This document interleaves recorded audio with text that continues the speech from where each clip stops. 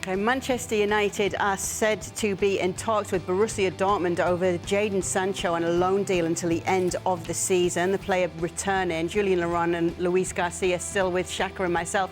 Jules, what more can you tell us about this whole situation? Is he heading back to Borussia Dortmund? Yes, I think so, Kay. This is very likely to be done considering the negotiations are really well advanced between Sancho and Dortmund and the two clubs.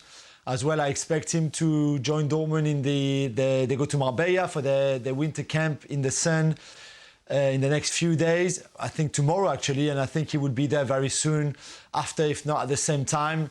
I think, personally, it's an amazing deal from a Dortmund point of view because they're only going to pay €3 million for the 6 months that Jadon Sancho is going to spend there, which includes wages. And when you know how much he's earning right now, 3 million, which includes a loan fee as well, is really ridiculously low, I think. So in a way, it's even Manchester United kind of paying for Sancho to go and play somewhere else, which in a way you can understand because there's no future for him at Manchester United. If he has 6 good months at Dortmund, then next summer when you want to sell him, then his stock would have risen, obviously, because of those good moments and good months in Dortmund. And for him is to go back to Dortmund, to work again with Terzic, who had a really good influence on him in the 6 months that he was coaching him as an interim coach in 2021.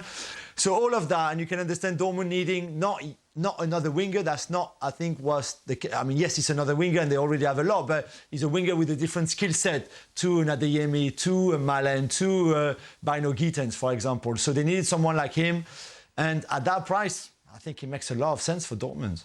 There was interest, Shaka, said to be interest from Juventus, from Leipzig as well. Do you think Dortmund is a good place for him to go back to at this stage with everything going on around him right now? Well, I think it's a good place given the fact that he knows Dortmund and played for Dortmund. He knows that club, he knows his setup, and had some good years there. And I'm with Jules in that he was going absolutely nowhere in Manchester. So he needed a move, at least to add some value to his stock. It works for Manchester United if Jadon Sancho has a good 6 months. But to Jules' point, 3 million is not a big gamble to take.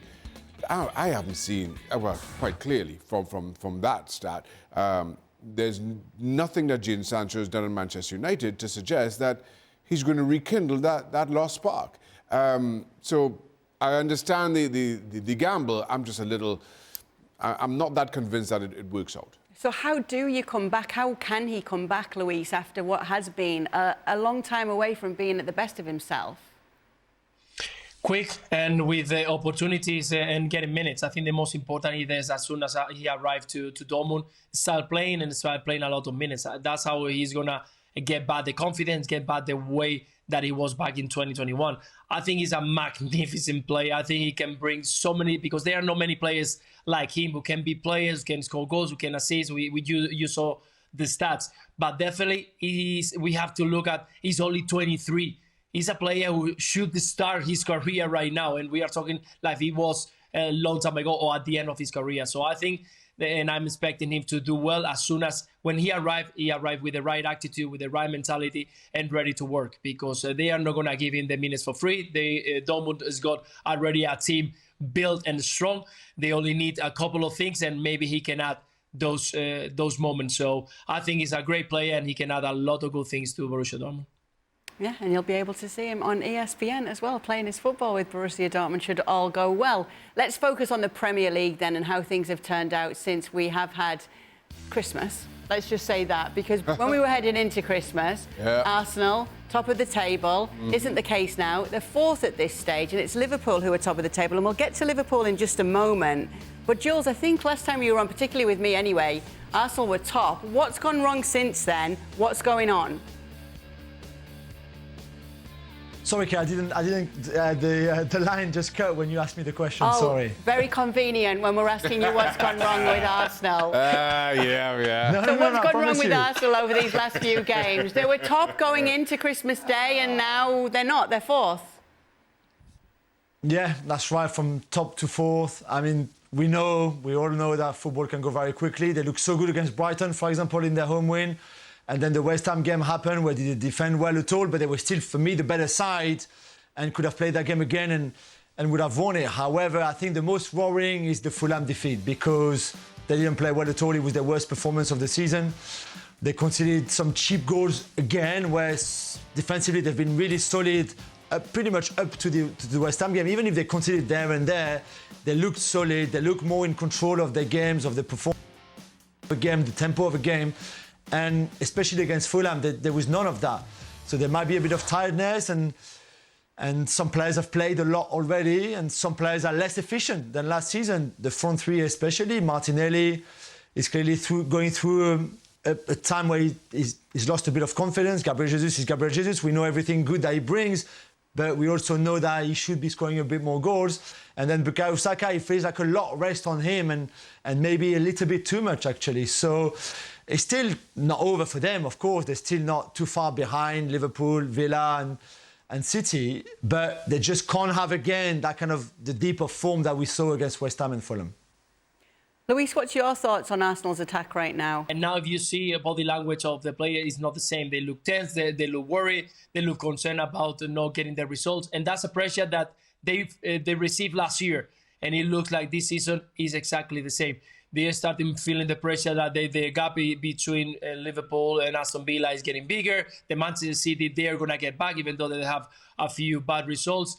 And that's pressure that you are putting on the top of what they already have. That is, the last year they were very close, and this season, once again, they are missing the chance. So I think that is not because this team doesn't have the talent to get the results needed to be consistent and to arrive to the last part of the season with chances of winning it. It's just that pressure they start feeling once again, and they maybe is going to make them miss the chance of fighting for Premier League once again.